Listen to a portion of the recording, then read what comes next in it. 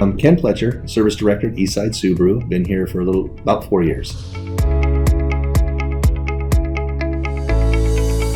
I got into it out of a passion for cars. I really enjoyed cars. I began my career working on cars, realized after a few years that my passion had waned a little bit because it was part of what I did every day, so transitioned into different departments. And I was fortunate relatively early in my career. I was given an opportunity as a service manager, and that was 25 plus years ago.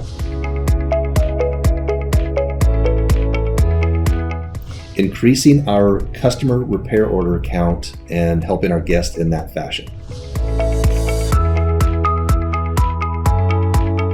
So the programs that TVI create have been wonderful and thought from personnel who work in the field, not engineers who are asked to design something. I had used TVI on my previous position. I knew what performance it had done for me there.